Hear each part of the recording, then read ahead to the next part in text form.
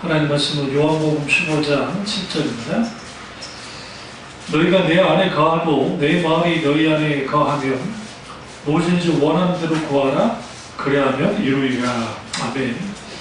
말씀 제목은 비전트리 두 번째로 기도 배우기, 부제로는 기도의 첫걸음발을 떼라 라는 말씀으로 오늘 나누겠습니다. 이제 구체적으로 기도에 대한 어떤 태도를 가져야 되는가, 이 부분을 다루도록 하겠습니다. 첫째로, 기도 말고는 답이 없다는 절박감이 있어야 바른 기도의 태도를 가질 수 있습니다. 그러니까 우리가 그 기도를 어디서 배우셔야 되냐면 시편에서 기도를 많이 배워야 돼요. 그러니까 성경에 이런 말이 있죠. 기가 막힌 웅덩이라는 표현을 쓰잖아요. 그러니까 우리는 기가 막힌 웅덩이에 빠질 때 있어요. 기가 막히다는 게 뭐예요? 말 그대로 기가 막힌 일이 벌어지는 거예요. 그러니까 성경에 그 다윗 같은 경우 보면 자식이 아버지를 뭐 죽이려고 그러고, 또 자식끼리 죽이기도 하고, 또 심지어는 자식이라는 놈이 이제 뭐 어쨌든 후궁이죠. 후궁을 건들기를 하고, 그러니까 기가 막힌 일이 벌어지는 거예요. 그랬을 때에 우리가 이제 여러분의 나라 다 똑같아요. 어떤 일이 딱 벌어졌을 때에 그 스토리, 그러니까 그 사건, 그 상황에 함몰되면 안 돼요. 일단 그때는 누구에게 뭔 말을 막 하기보다 가장 먼저 필요한 게 하나님께 가지고 나와서 쏟아내야 돼, 기도. 이건 명심하잖아요. 안 그러면 내 영혼이 치명타를 입어요. 왜냐하면 흩어져 버리기 때문에 마음이 무너져서 막 흩어져 버리니까. 그러니까 너무너무 힘든 일이 벌어지고 정말 기가 막힌 일이 자식이 일을 일으키든지 뭐 어떤 문제가 일어났을 때에 그랬을 때는 답이 없어요. 주님께 나가는 거예요. 그리고 그 상황을 쏟아붓는 거예요. 하나님 앞에 쏟아부으면 거기에서 하나님이 우리 가운데 만지시는 것들이 있어요. 그걸 가지고 나와서 나누는 거예요.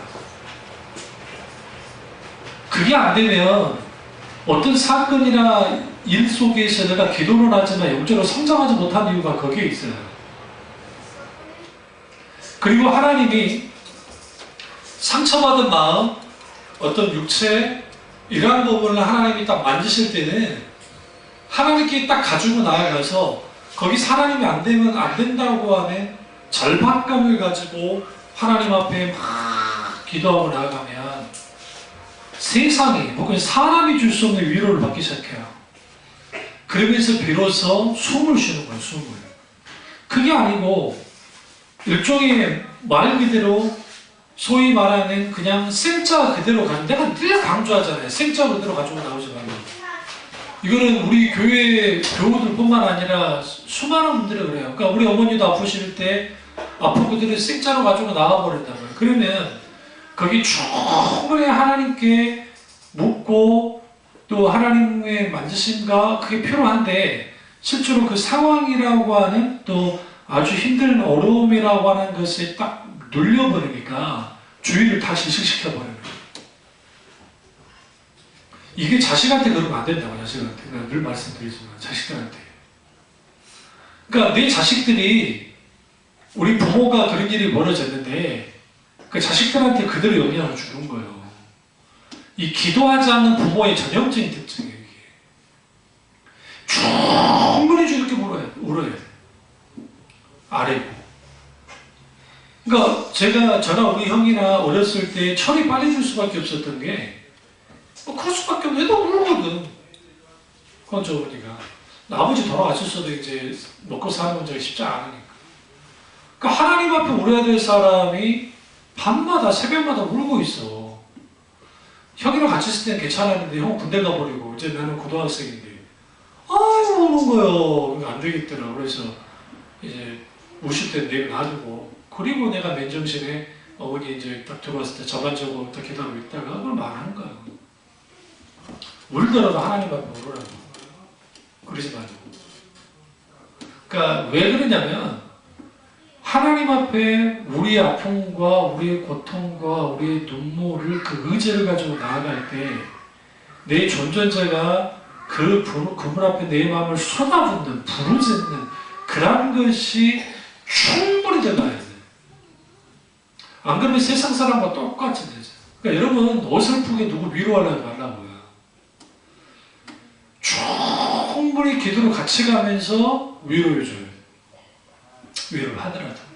왜 그러냐면 그러지 않으면 같이 영적으로 같이 무너져 버리는 거예요. 그러니까 이런 부분에 있어서는 우리가 좀 깊이 알아야 되는 게 우리가 기도를 쭉 해요.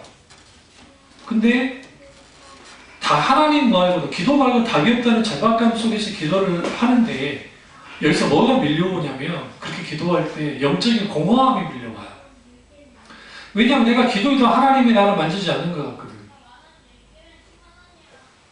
나를 이렇게 실제로 하나님께서 내게 위로를 주시거나 실제 급박한 상황이나 환경과 여건 속에서 하나님 하시면 좋은데 그게 없거든요. 그래서 다윗이 뭐라고 합니까? 주님 나를 내버려두지 마시고 제발 나 좀 신경 좀 써주라고. 내게 좀 더 하나님의 살아계심을 보여주십시오 하면서 막 부르짖잖아요. 근데 왜 하나님을 내버려둔 줄 아세요? 일부러.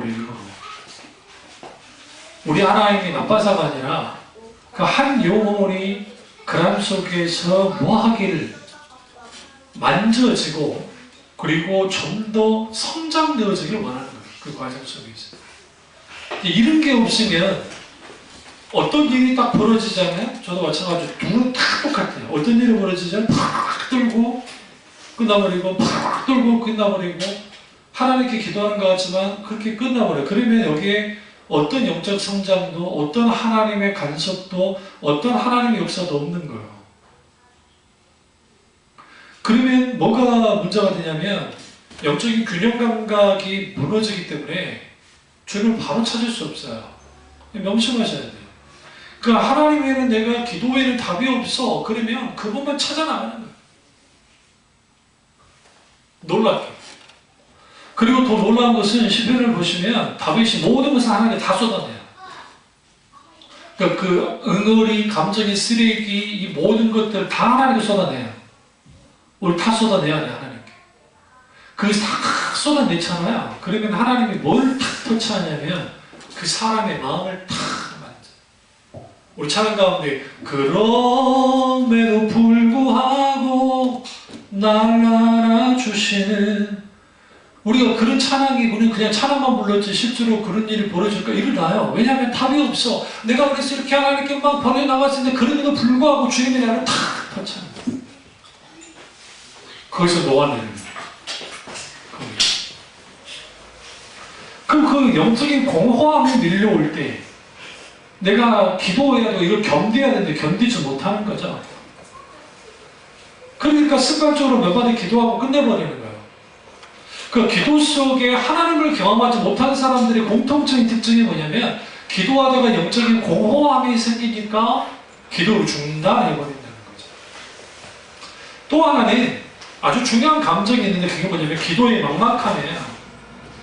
그러니까 우리가 하나님 앞에 기도할 때 어떤 사람에게 털어놓을 말과 하나님께 털어놓는 것 중에 우리는 뭐가 더 가치 있었느냐면 하나님께 털어놓는 게 더 가치 있고 내게 더 영향을 끼쳐야 돼요. 근데 되게 저도 그렇고 여러분도 그렇고 모든 사람들은 가까이 있는 사람들한테 하는 게 그게 편한 거예요. 그래서 어리석은 부모들은 자식들한테 해버리는 거예요. 그래서 속상한 것을 애들한테 털어내버리는 거예요. 그리고 그 수많은 감정의 쓰레기들을 아이들이 많아요. 그럼 그 아이들이 이제 어릴 때는 모르는데 조금씩 자라죠. 크죠? 크면 이제 그것에 대해서 뭐 하느냐? 이제 안 받아줘요. 응? 그런 점에서 우리 딸이 정말 쿨해요. 안 받아줘요. 그 애는 나이 닮아가지고. 기질이 아예 거의 제가 깜짝깜짝 놀랄 정도의 기질을 갖고 있어요.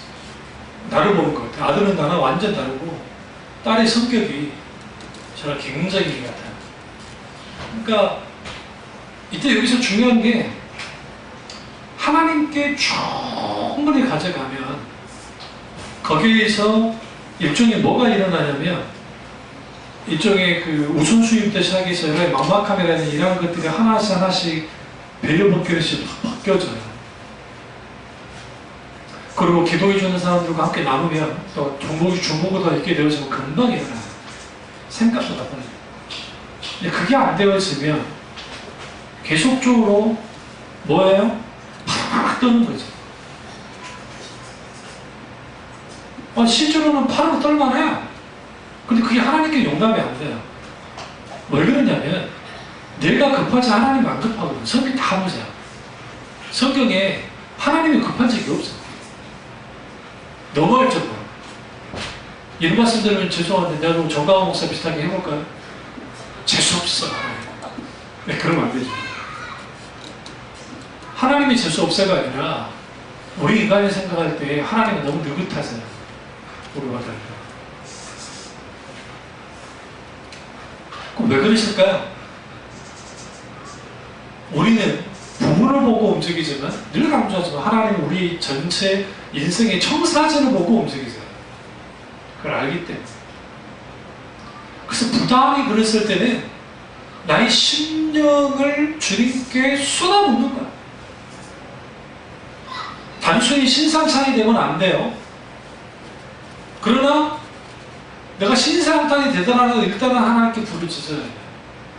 일단 처음에 어릴 때는 영적으로 어릴 때는 신상탄이 되는데 후에 되었으면 자연스럽게 뭐가 어떻게 바뀌어지냐면 그 과정 속에서 하나님 본심을 알게 되고 그 속에서 하나님의 어떤 때로는 어떤 감동 가운데 약속을 딱 하시는 거예요. 내가 이 부분에서 이렇게 할 거야. 그러니까 너는 너무 슬퍼할 필요 없어. 내가 이렇게 할 때라니까 보여줄 때가 있는 거죠. 그러면 우리가 기도하다가 기도에 막막함이 있는 사람들의 특징은 뭐냐면 하나님과 멀어진 인간의 상태 속에 일어나는 감정이에요. 기도하는데 막막한 거죠. 그러니까 기도는 기쁨이 아니고 의무가 되어버리는 거예요. 이게 문제예요. 인간의 타락한 감정이 하나님께로부터 멀리 떨어져 있으면 기도의 막막함 속에 있게 되어지고 영적으로 공허함이 이제는 일상에서 경험해야 되는 하나님을 경험하지 못하게 되는 거예요.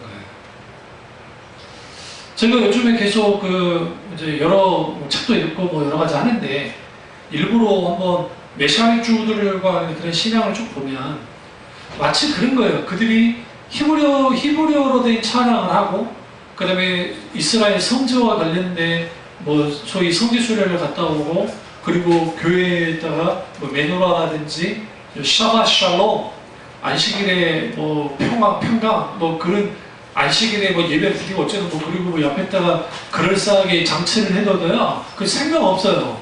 왜 생명이 없냐면 그런 식의 기독교가 돼야 된다고 그들이 주장을 하는데 일단 묻고 싶은 게 뭐 신학적으로 대체 신학이 어쩌고 뭐 이제 논쟁은 있으니까 거기서 그보다 그러니까 그들이 주장하는 게 다 뭐 그렇다 치더라도 신앙에서 가장 큰 핵심은 살아계신 하나님을 오늘 지금 이 시점에 사실적으로도 실제적으로 개인적으로 그 부분을 경험하는 삶을 살아야 돼요.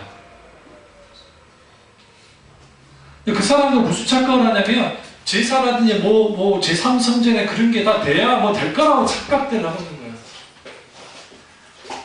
그리고 마치 귀족 저희 같은 개혁신학자들은 무슨 뭐 편견에 속히는 삶이라고 막 그렇게 그들이 하는데 오히려 그들이 아주 위험스러워요. 왜냐하면 제사라든지 뭐 기타든 절기라든지 다 회개하는 거예요. 그들이 십자가의 복음의 능력이 뭔지를 알았다고 한다면 저는 그럴 수가 없는 거예요.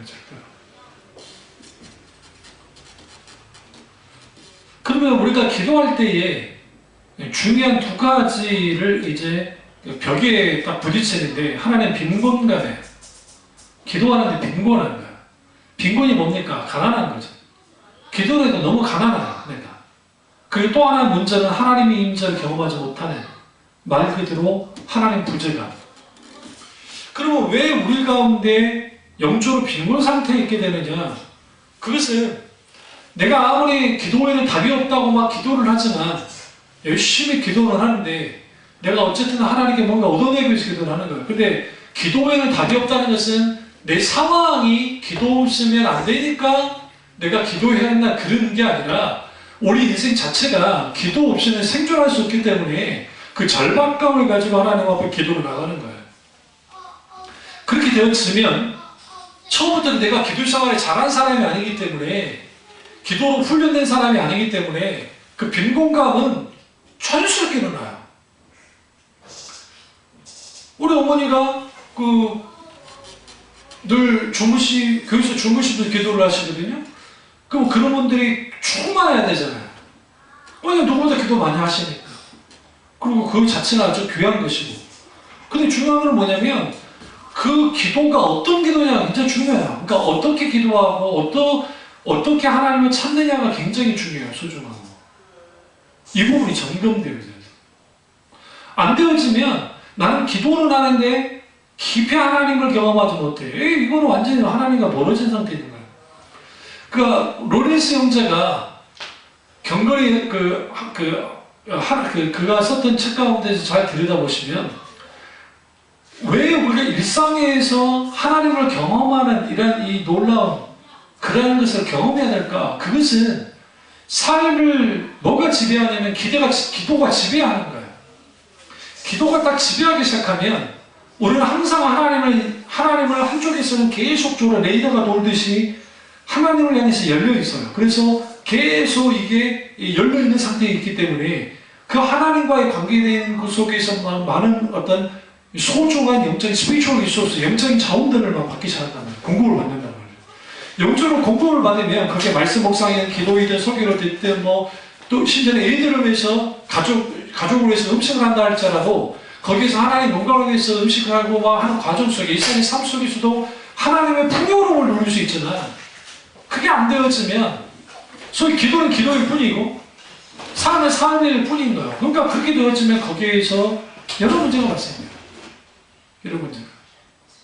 그러니까 우리 앞에 어떤 문제가 있어요.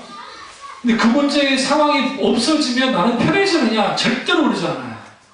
왜 그러냐면 또 다른 상황과 환경과 여건이 또 기다리고 있어요.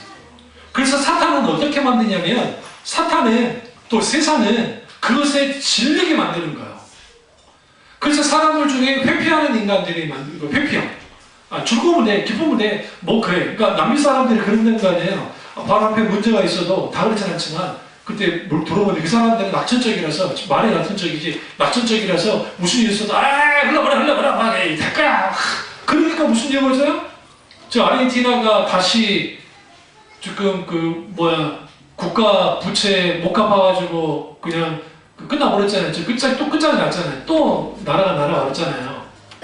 그런 일이 벌어져요. 왜? 회피하니까. 어떤 사람은 연연하며 살아요. 끝없이. 그러니까 문제, 상황에 연연하면서 살도록 만들어요. 안달부터 못하고 이렇게 되어지면 여기서도 영혼이 아주 굉장히 묶이게 되고 또 하나는 아주 정명충돌. 맞짱을 뜨는 거지. 맞짱을 떠서 하겠다. 근데 거기에는 쉽지가 않아요. 그럼 필요한 게 뭐냐? 우리가 하나님 앞에 기도하는데 우리가 이 영적인 충만함, 성령의 충만함이 기도 가운데 채워지면 빈 공간은 하루아침에 다 사라져요. 그런데 내가 기도하는데 혼자 독백하고 있고 허공에 말하는 것 같은 느낌이 들 때가 있습니다. 이게 하나님의 부족함이에요. 기도 재미없어요. 기도를 막막해 해져. 하나님이 내 기도를 듣는지 안 듣는지조차도 알 수 없어요. 그러니까 공허해지는 거죠. 더 큰 문제는 짓누르는 경험이에요. 나 기도해봤자 필요가 없네? 왜? 상황이 안 변하니까. 안 변하니까 기도해야 되는데. 여기서 기도의 선패가 갈려요. 그러니까 우리 어머니 기도 안 했겠어요? 당연히 하셨죠. 우리 아버지 사라지면, 돌아가시면 괜찮을 줄 알았어요. 오히려 신앙에서 떠났어요. 그런 이제 또 다른 문제가 왔었는데 그게 생활보험 문제였어요. 우리가 저희 형이나 나나 그러지 말라 했는데도 그랬어요. 하나님 떠난 지 10년이나 떠났어요. 10년. 1, 2년 동안 거의 10년. 어쩌다 보면 주일날 교회 가는 그 엄청난 성령의 놀라운 역사를 경험했대. 그리고 그 당시 정말 의료가 발전하지 않았을 때에 자칫하면 죽을 수도 있는 병의 치유를 받았던 우리 어머니가 그랬다고요. 왠지 아세요? 아버지 살아계실 때 기도를 승리를 못했기 때문이에요. 그러니까 아버지 살아계셨을 때에 그 아버지가 변화되지 않아도 그 기도 속에서 어머니가 변화되면 돼요. 무슨 말씀인지 아세요? 일단 내가 변화되는 거예요. 그리고 그 속에서 자연스럽게 선한 영향력들을 끼치면 괜찮은데 그게 안 됐던 거예요. 안 되니까 또 다른 차원의 문제가 발생되는 게 무너져 버리는 거예요. 저는 그런 케이스를 우리 어머니뿐만 아니라 너무나 많은 사람들 속에서 봤어요.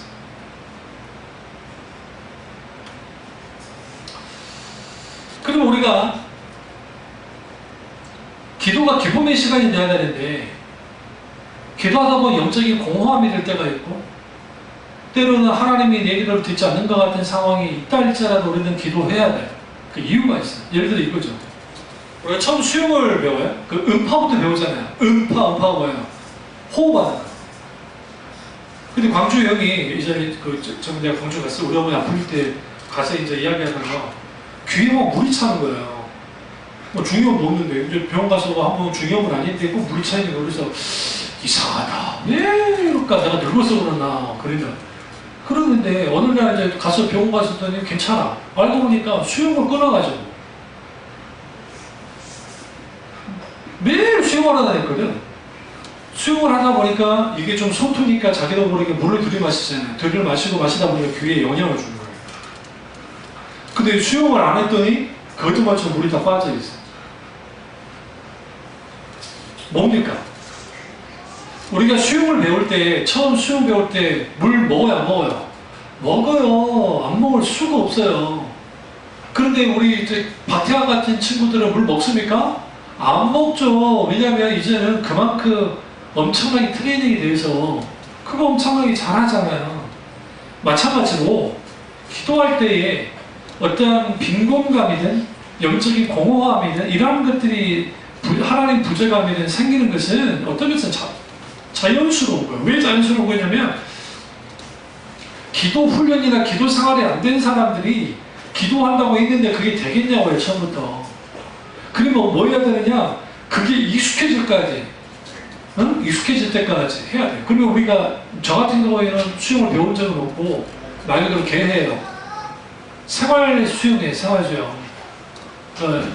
제 자체가 요수 산다고 해서 다 수영 잘하는 거 아니에요. 그거 착각 때문에 하는 건데 어쨌든 그러면 이 수영을 하는데 그 수영을 할 때의 생존 수영은 절박합니다. 진짜. 그리고 그 수영이 자연스럽게 배워집니다.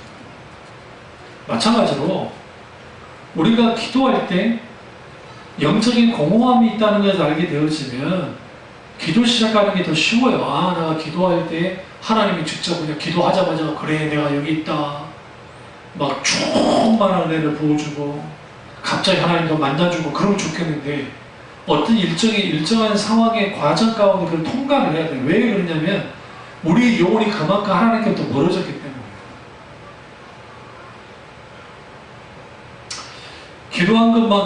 기도만큼 위대한 것이 없고 하나님 앞에서는 어떤 문제도 하찮은 겁니다. 이걸 알아야 돼요. 지금 내 문제는 큰 문제야. 당장 내 손에 가시가 박혀되는 내게는 큰 문제야. 근데 실제로 성경에 보면 가장 큰 문제가 사람 죽는 문제잖아요. 그러니까 이 세상에서 가장 감당할 수 없는 문제를 마르다와 마리아가 경험하는 거예요. 왜요? 사람 오빠가 죽어버렸으니까.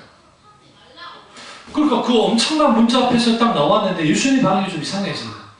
왜냐면 예수님이 그 부분에서 아플 때 와서 그냥 고쳐주시면 되는데, 그러니까 아플 때 고쳐주는 것을 믿는 믿음은 마르다와 마리아가 갖고 있었고, 또는 죽어서 주님이 재림하실 때에 다시 부활케 하는 그 부활의 믿음도 갖고 있었지만 그들이 못 갖고 있던 건 뭐냐면 죽은 자를 다시 살린다는 것은 갖지 못했어요. 그런데 중요한 것은 나사로가 살 때에 그 전에 이미 주님이 죽은 자 야이로의 딸을 이미 고치셨고 살린 게 이미 그걸 알아요. 그래서 모르는 게 아니라. 나인성 가업의 아들도 살리셨어요.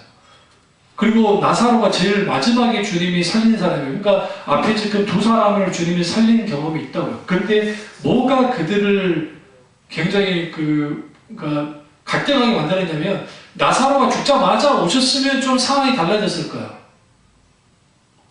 뭐냐면 야이로의 딸도 죽자마자 주님을 살려주셨으니까. 그리고 우리가 잘 아는 나인성 가업의 아들이 장제 매장하러 가다가 살아났잖아요. 그러면 우리는 딱 한 우리 문화 속에서 3일장 생각하잖아요. 그거 아니에요. 이스라엘 사람이니까 죽죠. 죽으면 기후 자체가 덥기 때문에 즉시 썩기 시작해요. 그러니까 이걸 오래 놔둘 수 없어요. 그러니까 그 당일 죽으면 당일 매장을 해요. 그러니까 죽고 난 다음에 얼마 안 돼서 복함에서 가서 빨리 준비해가지고 막바로 무드로 가는 거예요. 적어도 하루 이상 걸리진 않으니까 하루 이상 지나지 않은 거예요. 시간의 차이는 있겠지만. 근데 나사로는 3일도 아니고 4일이에요. 성경에 4일이 지났다는 거예요. 4일이 지났다는 것은 이것은 그냥 이미 썩어져서 이미 끝장나는 거죠. 여기서 우리는 이제 뭐가 충돌하냐면 우리에게 인간에 있어서 가장 큰 문제는 죽음의 문제인데 그 죽음의 문제 앞에서 우리는 벌벌 떨고 때로는 가슴 아파하고 안절부절 못하는 상황인데 예수님은 혹은 하나님은 이 부분에 있어서 그분 앞에서는 그것이 그다지 문제가 되지 않는다는 거예요. 여기에서 두 가지 관점이 충돌하는 거예요. 인간의 관점과 하나님의 관점. 근데 예수님이 그 발 즉시 달려오셔서 그 나사로를 살려줄 수 있었는데도 불구하고 살려주지 않은 거죠. 왜? 아버지의 영광을 위해서. 그래서 그럼 우리는 마르다와 같은 매력을 갖고 있느냐? 그렇지 못해요. 예수님 정말 배신자잖아요. 그렇게 쳐냈는데 세상에 그 가보람 그 나사로가 죽은 그 베다니와 예수님이 계셨던 가보람의 거리가 하나도 안 돼요. 거리가 그냥 오시면 돼. 뭐 먼 거리도 아니고. 근데 그걸 왜 4일이나 했대? 4일이나. 자, 여기서 잘 들으세요? 내가 하나님께 그렇게 기도하는데 응답이 즉시 안 와. 근데 문제의 사고는 다 터졌네? 뜻이 있어요. 오늘 그 사실 안에 뜻이 있다, 뜻이. 우리는 끝났다고 생각할 때 하나님이 시작이에요. 뭘 배워드려가려고? 상황과 환경에서 움직이는 것이 아니라 하나님께로부터 움직여지기를 원하는 겁니다. 그래서 참된 기도는 인간의 본능을 넘어서는 기도가 돼야 돼요. 인간의 본능은 우리 예전에 이런 말 있죠. 보가사 목사님들이 어떤 스님이 개척길을 지나가다가 탁 넘어져가지고 물에 빠졌는데 갑자기 하나님! 했다잖아. 그래서 그럼 들어봤죠? 안 들어보셨어요? 그런 소개 많이 했다고요. 부처님을 찾아야 되는데 하느님을 찾은 거예요. 그 스님이. 부처님! 그래야 되는데 하느님! 그러니까 성경에 와서는 하나님을 찾다냐? 말이 같지도 않네요. 우리 민족에서의 하느님은 막연한 신. 그 신을 찾은 거예요. 그 신을. 인간의 본능은요, 신을 찾는데, 물어봅시다. 여러분, 무신론자들이 기도할까요, 안 할까요? 여러분, 유명한 사람 중에 하나가 기도를 해요. 여러분, 다 알아요. 북한에서도 그 사람을 다 알아요. 우리나라 사람인데. 누군지 아세요? 축구선수예요. 축구선수 몰라요? 영국에 있어요. 영국이 누구예요? 그 성씨가 손씨예요. 손흥민이. 그래서 기도하길래 나는 크리스찬인 줄 알았어요. 우리 딸내미가 아니래. 무신론자래. 근데 기도한대. 근데 2007년도인가 그 미국에서 무신론자들 리서치 했어요. 리서치. 당신 무신론자인데 어디 교회도 안 다니까 뭐 불교, 유교, 뭐 이슬람 안 다니고 그냥 순수 진짜 아예 그냥 교회도 뭐고 아는 사람, 그 종교와 관계 없는 사람. 근데 당신 기도합니까? 기도한다는 게 14% 있어요. 이게 충격적인 게 아예 종교와 관계 없는데 기도한대요. 막연한 신에게. 이 본능이에요. 인간의 본능 가운데 신을 찾고자 하는 거예요. 이건 로마서 1장에 잘 나타나요. 그래서 참된 기도는 본능을 넘어서야 돼요. 그 본능으로 하는 기도가 뭐냐? 자기 소견대로 하는 기도입니다. 자기 소견이 뭐예요? 내가 원하는 대로, 내가 느끼는 대로, 내가 바라는 대로 하는 기도. 그 기도가 본능을, 인간의 본능 속에서 있게 되는 기도예요. 이거를 분별해야 돼요.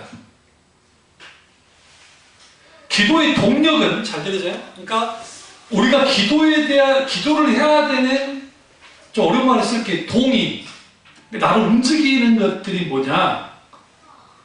그것은 내 상황, 내 현실, 나의 환경일 수도 있고 내 상태일 수도 있지만 내가 기도하게 되어지는 그 근본적인 원인은 하나님이야.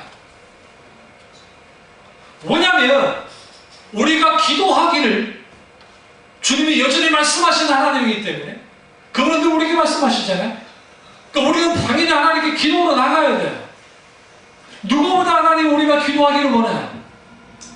그 동의는 하나님께부터 와요. 아, 내가 이 나라 이민족이 이렇게 됐다. 그럼 이렇게 말해줘. 세상 사람들이, 야, 기도만 하면 다 되냐? 뭔가 움직여야지. 백날 기도해봐라. 니네 하나님이 역사하는지. 아니면 몰라도 뭘 몰라서 기도가 뭔지. 기도라는 것이 단순히 내가 그냥 입으로 떠버리고 종교적으로 막 빌고 그런 차원이라 생각하십니까? 그렇지 않아요. 기도는 결국은 내 소견을 내려놓고 하나님의 소견을 묻는 거잖아요. 그 속에서 하나님의 소견이 나타날 때 우리도 그걸 가지고 뭐 하는 거예요? 믿음으로, 행동으로 나가는 거예요. 거기에 믿음의 역사가 나타나고 거기에 하나님이 하신 일들의 역사가 나타난다고요. 그러면 기도의 출발은 어떻게 하는 것이냐? 하나님의 말씀에 깊이 들어갈 때 기도가 시작되는 거예요. 사실은 말씀과 기도가 병용되어져야 돼요. 물어볼까요? 기도가 뭡니까? 이렇게 말합니다. 기도는 호흡이에요. 성경 공부 때 배웠으니까. 기도는 하나님과 대화예요. 기도는 하나님과 직접적인 만날 수 있는 방법입니다. 기도는 뭡니까? 아, 기도는 기도를 통해서 하나님께서 우리에게 응답하셔서 우리 문제를 풀어주기도 해요.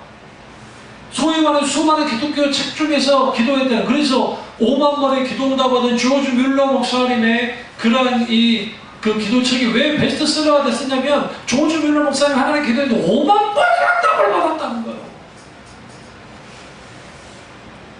그러니까 우리도 5만 번의 기도 응답 받자는 거죠. 그럼 조지 뮬러 목사님 5만 번 기도 응답 받으면 어떻게 하나요?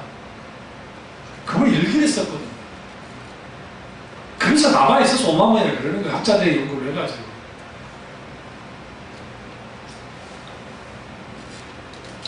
그러면 우리가 지금 앞에서 말하는 기도는 뭐냐? 기도는 하나님과 대화이고, 기도는 하나님이 직접 만나는 방법이고, 기도는 하나님의 영적인 호흡이고, 다 맞는 말이에요. 틀렸다는 게 아니에요. 그런데 여기서 기도란 뭔가 할 때에 기도에서 가장 큰 중요한 것은, 기도는 우리의 거룩한 의무이자 거룩한 훈련의 도구예요. 우리는 거룩한 의무이기 때문에 기도해야 돼요. 하기 싫어도. 쉬지 말고 기도하라 했잖아요. 사무엘을 선지자를 통해, 사무엘을 통해서 뭐라 했어요? 기도 치는 자를 범치 않기로 원한다 했잖아요. 기도해달라 했잖아요. 그럼 기도는 하나님과 내 사이의 대화인데, 여기서 중요한 게 하나님께서 우리에게 마음속에 들려주는 하나님의 음성도 중요하지만, 기록된 말씀과 선포된 설교를 통해서 하나님의 음성을 많이 들어야 돼요. 그렇지. 동시적으로. 그리고 내가 하나님의 음성을 듣는 그런 일련의 과정 속에 있게 될 때 기도가 풍요로워져요. 그리고 기도에서 가장 중요한 건 뭐냐면 찬양과 고백과 감사와 간구예요. 특별히 찬양. 여러분, 기도하면서 찬양은 곡 조이는 기도인데 어떤 찬양을 하십니까 도대체? 일주일을 살면서 여러분 의도적으로라도 찬양을 드리려고 애쓰셔야 돼요. 제가 그랬잖아요. 요즘 유튜브가 아주 그냥 좋아져가지고, 예를 들어 내가 히브리어 찬양을 주로 쭉 듣는다. 그러면 히브리어 찬양이 쭉 나오다가 자기가 알아서 계속 다른 걸로 찾아줘요. 내가 모를 수 있잖아요. 그러니까 바로 카바 바쉐 마도나이, 그러니까 정말 다시 오실 주 예수님에 대한 그런 찬양들, 기타 등등과 찬양들이 쭉 나와요. 만약에 힐송 찬양, 뭐 저는 요즘 힐송이 좀 문제가 많지만 그래도 어쨌든 힐송 찬양을 듣는다? 막 들어요. 그럼 거기에서 베스트 앨범, 예를 들어 힐송 베스트 앨범, 아니면 또 크리스찬들 중에서의 평화를 가져다주는 찬양, 기타나 그런 것들이 쭉 쏟아져 나와요. 들어보는 거예요. 우리 J-50라든지 이런 게 가지고 우리가 찬양할 때는 이유가 감동감이 있어서 그런 거예요. 그러니까 어떤 날에 갑자기 찬양을 듣고 있는데 하나님 되게 감동하시는 거예요. 어떤 감동하냐면 J-50을 듣기를 원하시는 것 같아요. 그런데 그때 당시 4밖에 안 나온 걸 아니까 4밖에 안 나왔는데 다른 거 뭐 들을 필요 있을까? 그 생각. 근데 5를 찾아보라는 가운데 찾더니 딱 나와 있는 거예요. 아빠가 나오진 않았지만 그 당시. 그래서 듣는 거야. 그래서 찬양을 듣는 거죠. 그 듣고 또 일련의 과정 속에서 우리 민주사 통해서 또 앨범 사고 오고 하면서 또 풍경도 누리잖아요. 그러면 거기에 그 J-50 중에 가장 그래도 우리나라에서 가장 많이 풀린 게 그 꽃들도예요. 꽃들도 구름도 바람도 넓은 바다도 찬양하라 찬양하라. 누구를? 예수를. 하늘을 울리며 노래 나의 영혼아 은혜의 주. 혹은 찬양하라 찬양하라 은혜의 주. 우리는 그 찬양을 처음 했을 때는 좋았겠죠. 근데 이제 자주 하니까 그런가 보다 하는데, 그게 지금 그 찬양의 가사를 잘 생각해 보세요. 꽃들도 구름도 바람도 넓은 바다도 니네도 찬양해야 돼. 이게 시편에 나오는 거예요. 시편용으로 들어가고. 그런데 내 영혼이 뭐예요? 찬양하겠다는 거죠. 내 영혼에 찬양해라. 찬양해라. 누구를? 예수님. 너무 아름다우신 그 하나님. 그래서 티케로 목사님이 깊은 기도로 가는 사람들의 특징들은 찬양이 아주 깊이 들어갑니다. 찬양이 아주 중요해요. 교회에서 경배와 찬양할 때도 중요하고, 오늘 이 찬양이 나한테 뭔가 맞는 것 같아. 응? 내 처지와 비슷한 것 같아. 금방 눈물도 나고 막 해. 그리고 막 좋아. 또 내가 그 걱정만 하면 좋아. 그러니까 그렇게 찬양 부르는 거 같고, 찬양은 다양하게 나오는데, 그래서 우리가 여러분이 교회로 나올 때 뭐부터 기도해야 되냐면, 하나님, 여러분이 집에서 출발하기 전부터 미리 기도하면서 오늘 예배 가운데 하나님 기대감을 가지고, 하나님 오늘 어떻게 만져주시겠습니까? 어떻게 만져주실까요? 하나님, 내가 어떻게 하나님께 영광 드릴까요?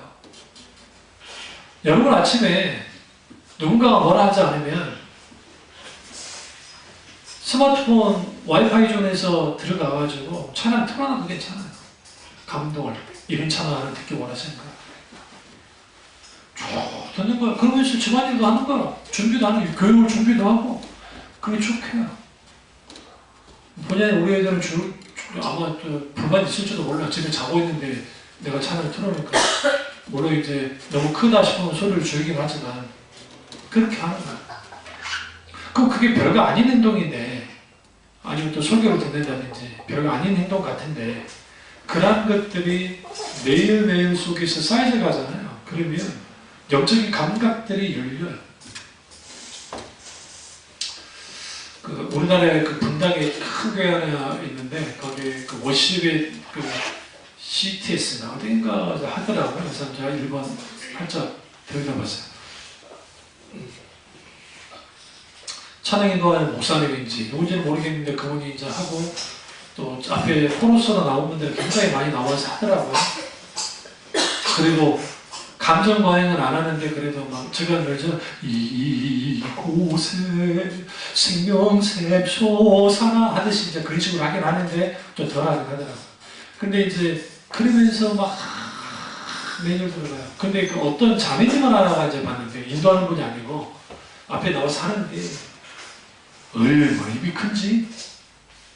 근데 진짜 전심으로 찬양하라 찬양하라 예수를 하늘. 이거는 누가 본다고 산 게 아니에요. 내가 봤을 때는 보면 압니다. 보면 아시죠? 얼마나 예뻐 보이는지. 목사는 그런 사람들이 예뻐 보여. 분위기를 띄워줘서 예쁜 게 아니라 저 자매님이 경배제를 가고 있구나. 하나님께 경배제를. 제가 여러분 그 설교할 때나 또 찬양할 때 제가 감정 같은 거 못할 것 같습니까? 제가 그 부교육자에 있던 교회가 다 분감사들이에요. 저는 분감사 밑에서 배우잖아요. 메뉴를 모를까요? 누구 하잖아요. 어떤 식으로 설교를 하면 사람들을 울렸다 웃겼다 하는 것도 알아요. 효창동 그 목사님 말고 인천에 있는 목사님 훨씬 잘해요. 그 부분에 대해서. 그리고 소위 말하는 세상 말하는 카리스마도 있고. 그 밑에서 저는 배웠다고요. 근데 내가 배우면서 저렇게 안 해야지 생각했어요. 왜? 그럼 인간적인 수단과 방법으로 인위적인 방법을 사용하는 거니까. 그분은 은사라고 말하잖아요. 하나님의 역사가 물 위에서 밑으로 내리듯이 자연스럽게 내려야 되는데 인위의 조종이. 그럼 그 목사님만 그러느냐? 모든 거의 대다수의 분감사가 가능했어요. 그걸 포기하고 나오는 거예요. 그래야 성령이 만져져요. 그래야 하나님이 하세요. 팀켈러 목사도 마찬가지예요. 이분이 개혁주의자지만 성령의 역사에 열렸던 이유 중에 하나가 뭐냐면 그 뜨거운 기도 속에서 성령의 놀라운 역사가 인위적인 조정이 없이, 그러니까 인위적인 조작이나 조종함이 없이 하나님이 놀랍게 만드는 거예요.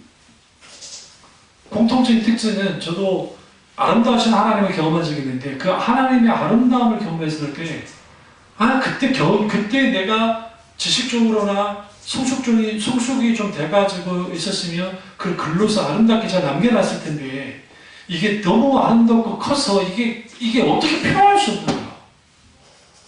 그 표현할 수 없는 아름다움을 경험을 했는데 후에 신학적으로 조나단 에드워드 목사님의 글을 읽다가 딱딱하지만 내가 뭔지를 알겠는 거야. 왜냐하면 그 경험을 내가 한 적이 있으니까. 팀켈러 목사님도 똑같이 그렇게 했어요. 뭘 통해서? 기도 가운데. 기도는 주문이 아닙니다. 기도는 임재 속에 들어가는 거예요. 그래서 기도는 잘 배워야 돼요. 그럼 어떻게 기도해야 되느냐? 첫째, 우리 시선을 하나님께만 둬야 돼요. 하나님께만. 둘째, 기도는 영적 전쟁이라는 걸 명심하셔야 돼요. 여러분이 기도하면 안 건들던 존재들 건들 겁니다. 진짜로요. 쑤셔 넣을 겁니다. 우리 신주간사 집이 왜 저럴 것 같아요? 어머니가 돌이켜서 그래요. 하나님께도 돌이켰기 때문에. 그럼 사탄이 가만 안 둘까요? 발광을 하겠죠. 이제는 엄마를 쳐서는 안 되니까 이제는 다른 걸 가지고 더 격동시키는 거예요. 그럼 이것을 영적인 전쟁 차원에서도 봐야 돼요. 승리하는 길은 하나밖에 없어요. 이런 속에서 기도하면서 영적으로 주는 걸 연합하는 거예요. 오늘 연합군이 필요하거든요. 난 독립군이 아니니까. 왜 우리가 기도합니까? 기도하지 않으면 살 수 없으니까 그래요. 필요해서가, 그러니까 뭔가 우리가 필요하니까 하나님 피를 채우세요라고 하는 소위 말하는 내 필요해서 기도하는 게 아니라 내 존재 자체가 하나님을 찾지 않고서는 존재할 수 없기 때문에 기도하는 거예요. 이게 일반 불교와 소위 말하는 다른 종교와 기독교의 절대적인 차이예요. 그래서 예수님이 찾아라 누굴 찾아라? 내 아버지 하나님을 찾아라는 거죠. 오늘 말씀에 기도의 가장 큰 핵심은 7절에 너희가 내 안에 거하고 내 말이 너희 안에 거하면 뭐든지 원하는 대로 구하라 그 다음 이루리라. 여기서 중요해. 내 안에 거하라가 굉장히 중요해요. 주님 안에 거하는 거.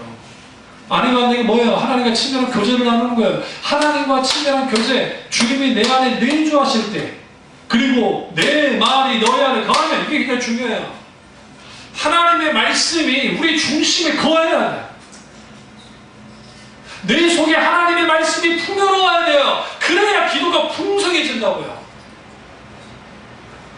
왜 기도가 힘든지 아십니까? 기도 생활 안 한 사람들은 기도하는 것 자체가 힘들고, 기도 생활 하시는 분들은 기도를 유지하는 게 힘들어. 기도 생활 하는 게 유지하는 게 힘들어. 그럼 왜 유지하는 게 힘드냐? 여러분 기도해보면 알아요.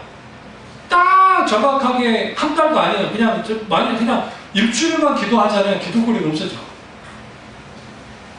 왜? 같은 말만 반복해. 하나님 아버지 주십시오. 하나님 그러니까 이제 이거 해주십시오. 저거 해주십시오. 어쩌고 해주십시오. 어쩌고 해주십시오. 어쩌고 해주십시오. 어쩌고 해주십시오. 해주십시오. 이것도 한두 번 이제 하나님 어떻게 해주십시오. 그러니까 기도가 재미도 없고 기도가 막막하고, 그리고 그런 기도함을 통해서 막 누가 응답 받았습니다. 뭐가 됐습니다. 뭐 또 그게 재밌어라도 기도할 것 같은데 또 그런 일도 안 일어나. 그러니까 계속 다람쥐 쳇바퀴 돌듯이 하니까 이게 재미도 없고 딱딱하고 뭐 이게 그런 거예요. 왜 그러느냐? 내 말이 너희 안에 거하면, 하나님의 말씀의 풍요로움이 우리 속에 있어야 풍요로운 기도 생활이 가능할 텐데, 하나님의 말씀 묵상은 온데간도 없고 기도만 하니까 안 되는 거죠. 안 되는 거죠. 어떤 기도회 같은 데 가보세요. 그러면 그 교회 연합모임 기도회 가보면 기도 제목을 주고 주 3장 주야 주야 주야 하나님 아버지 어쩌야 주님이 어쩌야 한단 말이에요. 어? 그 우리는 처음 그 듣는 사람도 대단하다 생각해요. 근데 쟤는 수모 출신이잖아요.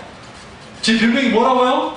불의 사자. 왜 불의 사자? 기도하면 목소리가 커가지고 내 창자롭다 끊어지듯이 하면서 기도를 해. 그럼 내 주위에 사람이 없어. 왜? 침이 튀고 목소리가 크고 기도가 방해가 돼. 그러니까 밀려나. 피해. 그럼 나는 하나님 앞에 주야. 그럼 그러다 보면 막 강한 성에 강력한 막 뜨거움이 있으니 막 나도 모르게 막 한단 말이에요.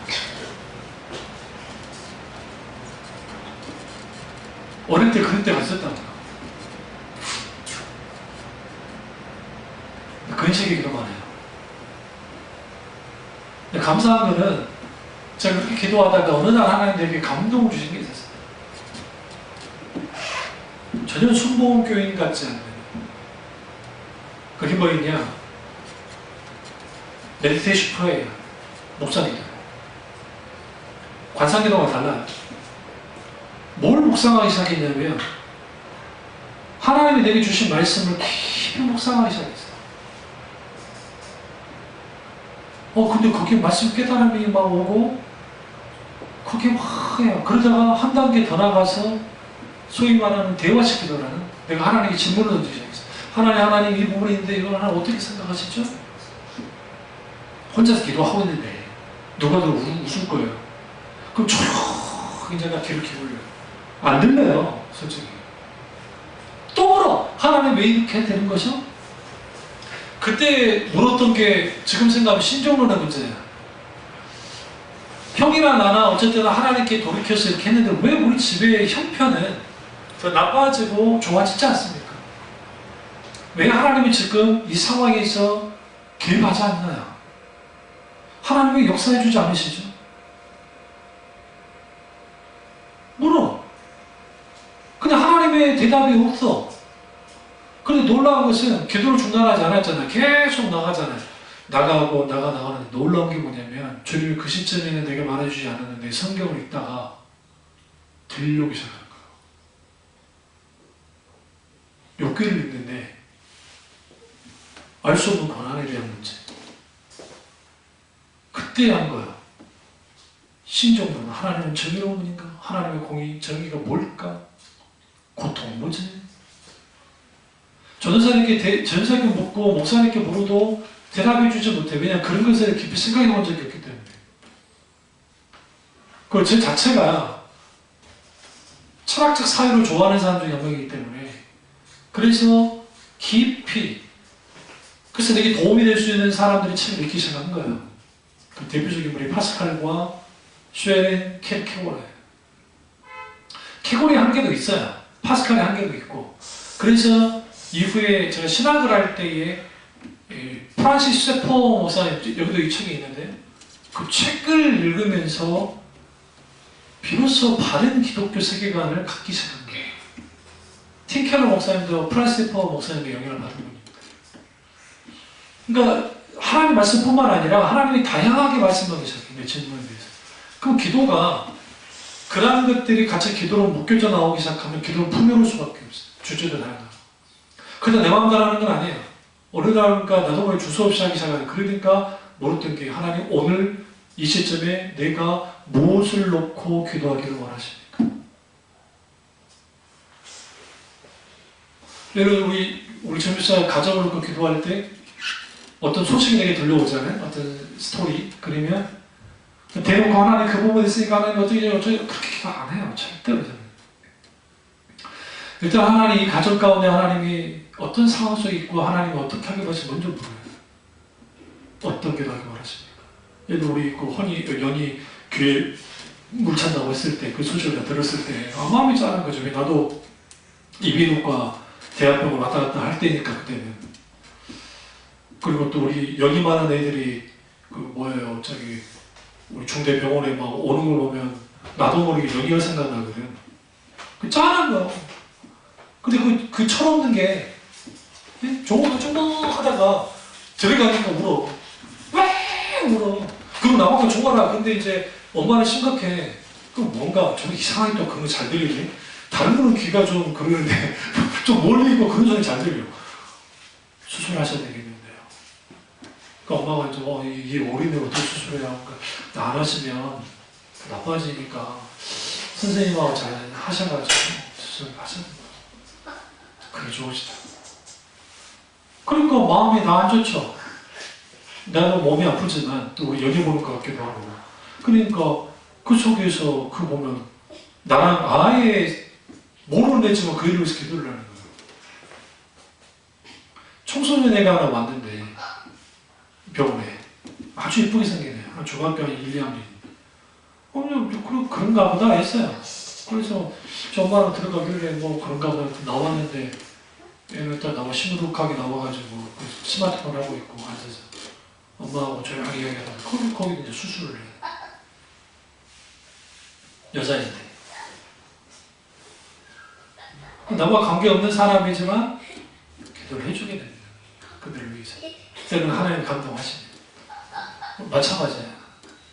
우리가 하나님 앞에 기도할 때에 내 말이 너희 안에 거하면 무엇을 구하라 할 때에 무엇을 구하라 하니까 하나님 말씀이 내게 있으면 어떤 것들을 구하면 응답 받는다. 그런 차원의 말씀이 아니에요. 그게 아니라 내가 주님 안에가 친밀한 교제 속에 있고 그리고 주님의 말씀이 나를 지배하면 내 뜻과 내 의지가 내려져요. 당연히 내려지게 돼 있어요. 하나님의 뜻과 하나님의 의지를 가지고 기도하기 시작합니다. 그 기도를 하나님 들으신다는 거예요. 여러분 누군가를 위해서 중보기도해야 될 상황이 있을 때 그게 가족일 수도 있어요. 예를 들어 이제 우리 삼둥이 낳기 전에 이제 그 가정을 기도할 때 그 기도하는 과정 속에서 단순히 하나님 산물을 주님이 지켜주시고 그런 게도 다 할 수 있어요. 근데 가장 중요한 것은 지금 그 새쌍둥이를 낳아야 되는 그 엄마와 아빠의 그러한 것들을 놓고 하나님께 묻고 하나님의 그 부분에서 어떻게 기도하기를 원하시는 걸 놓고 중보기도 나가는 거예요. 그게 실질적인 기도인 것이지 그냥 무슨 기도 제목이 있으면 내 마음대로 그냥 막 하는 거예요. 하나님 모르시나요? 알지? 그럼 왜 우리는 기도를 해야 됩니까? 섬기려고. 예를 들어서 우리가 갑자기 어느 날인가 애들이 학교를 보는데 불안함이 느껴질 때 옆자리 한번 있잖아요. 그럼 그때 어떻게 해야 돼요? 혹시라도 그런 게 느껴지면 기도하는 거예요. 그 시점에. 내가 예전에 김정호 한차 사업할 때 자유로 달릴 때 그때 지하 반지하 살 때예요. 새벽에 갑자기 하나님 나를 깨웠어요. 잠이 갑자기 너무 든 거예요. 그때는 나이가 젊어서 그런지 지금보다 잠이 더 잘 잘 때거든요. 근데 그때 깨웠는데 갑자기 하나님이 내게 어떤 기도를 하기 시작했냐면 사고를 하지 않게 근데 김종호가 그 시간에 운전해서 나갈 일이 없는데 몰랐어요. 그럼 기도를 세상 그 시간에 자유로 그 물건 이제 가지러 가다가 그 비판인가 뭔가 해가지고 차가 돌아버렸어. 반대편 차선까지 나가가 버렸어. 맞은편에서 오면 부딪히면 그냥 죽는 거야. 근데 하나님이 갑자기 이렇게 돼가지고 이것도 아예 튕겨져 나가가지고 그냥 죽을 수 있는 상황이다. 그걸 멈춘 것도 기적이고 일단 아는 것도 기적이었어. 근데 그 기도 시간을 딱 맞춰보니까 제가 기도할 시간이 있어요. 그게 중보기도예요.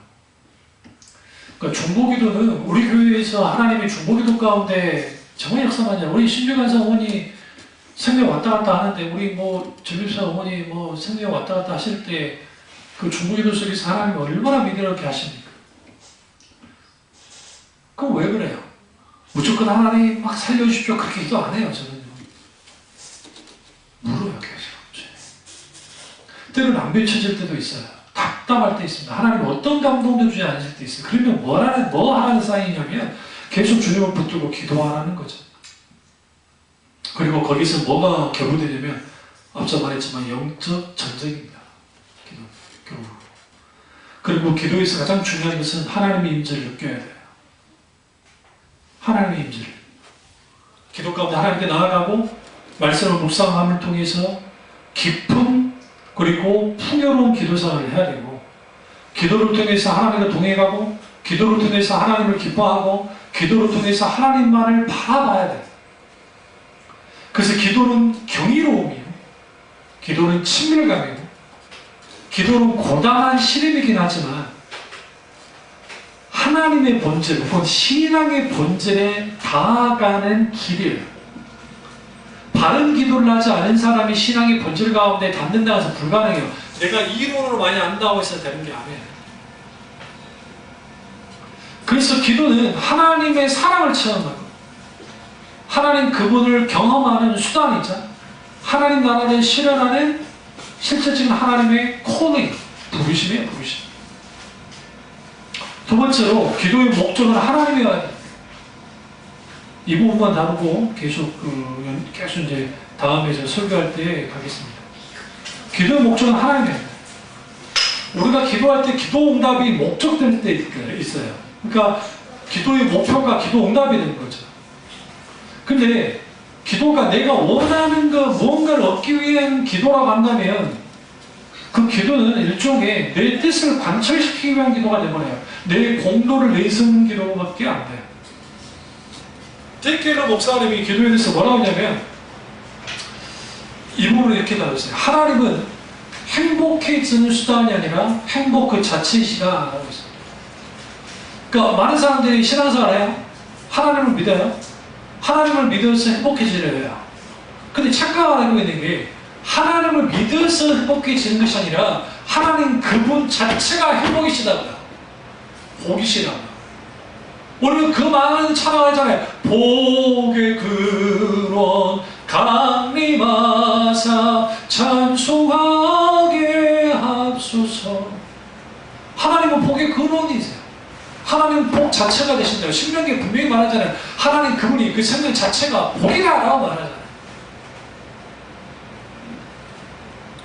그러면 기도에서 가장 중요한 것은 기도하면서 하나님 그분을 성령의 조명 가운데 만나는 것, 그분과 교제하는 것, 그분의 음성을 듣는 것이 목적되지 않으면 그것이 결핍되어지면 기도 생활은 이미 생명을 잃어버리고 무미건조해져요. 그렇기 때문에 하나님으로부터 무언가를 얻어내기 위해서 문제 해결하기 위해서 갇힌 것으로부터 해방을 나가 그 자유를 얻기 위해서 단순히 그렇게 기도하는 것이 아니라 내 필요를 하나님께 기도해서 채우러 가는 그런 기도가 아니라 내 문제 보따리를 풀기 전에 먼저 하나님 그분을 찾고 그분과 교제를 나누고 하나님 그분만을 구하여 나아갈 때 이미 구할 바를 하시는 하나님이 우리의 필요를 하시고 뭐 하세요? 응답하신다. 중요한 것은 기도는 하나님을 경험하는 가장 강력한 방법입니다. 많은 교인들이 기도를 하면서도 하나님을 경험하지 못하는 것은 하나님의 손발을 구하기 때문이에요. 하나님 그분을 구해야 돼요. 그분을 만나야 돼요. 왜요? 하나님 우리에게 말을 걸어오 분이기 때문에. 내가 너무 지쳐있어요? 이거 아직 목사님들도, 저도 목사지만 설교하기 싫을 때가 있어요. 그러면 안 됩니다. 그런 여화도 있잖아요. 이제 내가 여화 했잖아요. 엄마, 그 나이가 한 40 후반 된 그 남자가, 엄마, 나 교회 안 갈래. 왜 안 게? 교회 가서 땀을 하고 재미도 없고, 가서 뭐 해요? 안 갈래. 그 엄마가 조용히 파이를 했던 거예요. 야, 너 안 가면 어떡하냐? 그 교회 담임 목사인데. 그 교회 담임 목사인데 예배가 재미없고 땀을 하고 해서 안 갈래요. 그 엄마가 하는 말이 뭐냐? 야, 네 담임 목사인데 안 가면 어떡하냐? 이게 우스갯소리인데 오늘날 이게 심각한 영적인 문제가 그렇게 있는 거예요. 왜 그러냐면 하나님과의 관계 속에서 기도가 무너져 있으면 그런 일들이 벌어집니다. 기도하는 목적은 마음의 위로나 삶의 평안이나 어떤 기도의 응답이나 문제 해결이 아니고 하나님 그분 자체를, 그분을 알고 사랑하고 만나는 것이 가장 큰 목적대예요. 그게 기도의 성격이지만 그 외의 모든 것들은 바른 기도가 아닙니다. 사실. 그런데 목사는 우리 필요를 구하지 말란 말이면 구해야 된다니까요. 우리가 마땅히 아버지께 필요를 구하는 게 잘못된 게 아니에요. 중요한 것은 그것을 구하되 내가 내 정욕이나 내 욕심에 의해서 구하는 것이 아니라 하나님의 뜻에 맞춰 분별해야 되고, 또 하나는 뭐냐면 내가 하나님께 이것을 구하기 전에 나는 하나님 그분만을 찾아서 나와야 돼. 하나님이 기도 예배를 드릴 때나 기도할 때 하나님이 딱 오시잖아요. 하나님 우리 교회 우리가 하는 기도 내용들로 오시는 게 아니에요. 우리 그렇게 생각해요. 내가 기도하잖아요. 내가 기도를 뭐 내용만 해요. 그럼 하나님은 그 기도 내용들로 오신다 생각하세요? 아니에요. 그 사람 때문에 그 자체, 그 기도하는 사람 자체를 만나게 해주세요. 하나님의 초점도 그 인격계가 있는데 우리도 인격체신 하나님께가 있어야 돼. 그게 기도예요. 성경에 있습니다. 이렇게 설교하면 어렵다. 왜 어려우냐? 그럼 나는 어떻게 기도해야 되지? 이게 저 문제가 생기는 거예요. 쉬워요.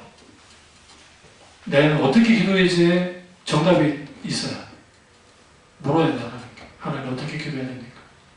그것에 대한 올바른 가이드가 여러분에게 다 주어졌습니다. 우리 하나님 얼굴을 구하는 기도를 잘 읽어보세요. 어떻게 기도해야 되는지 분명히 밝혀보세요. 거기.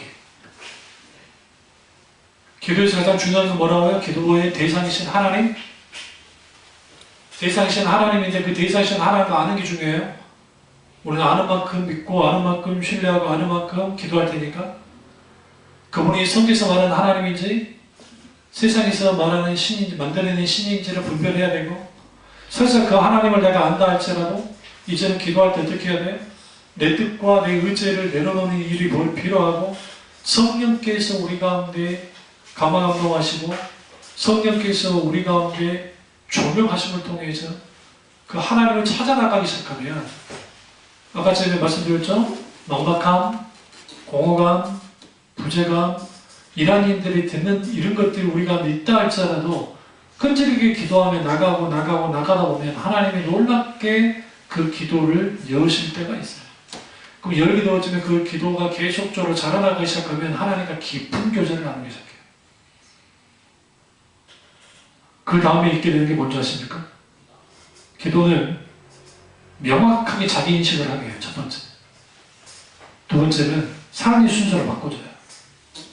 기도를 계속하고 하나님과 만나는 횟수가 많아지면 내가 정확하게 나를 봐요. 내가 누군지. 근데 더 놀라운 것은 이전에 내가 사랑했던 순서가 바뀌어져요. 기도가 멀어진 사람들은 100%가 하나님 아닌 다른 걸 더 사랑합니다. 근데 이제는 하나님을 사랑하게 돼요. 그리고 거기에 순서가 성경에서 말하는 중요한 순서가 우리 가운데 정립되기 시작합니다.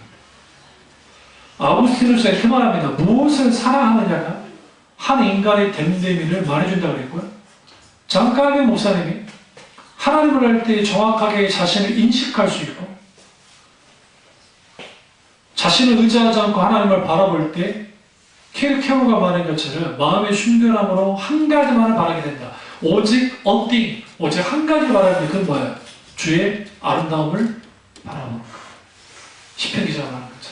하나님의 아름다움을 바라보기 위해서. 그럼 그 아름다우신 하나님, 아름다우신 주 얼굴 바랄 때, 이 책 정말 멋져요. 주의 눈길 비추시네. 내용은 어떻게 돼요? 그 아름다우신 하나님을 보게 되고 만나게 되니까 우리의 기도가 풍부해질 수밖에 없고 영혼의 식상함, 영적인 권태감, 하나님을 싫어하는 경향성 이런 것들이 깨지기 시작해요. 오히려 하나님을 향한 열정과 열망과 갈망함이 생기고 주님보다 뜨겁게 사랑하게 되고 이게 좀 더 성숙해지면 at the heart 하나님과 살짝하게 그것도 손에 손잡고 애틋하게.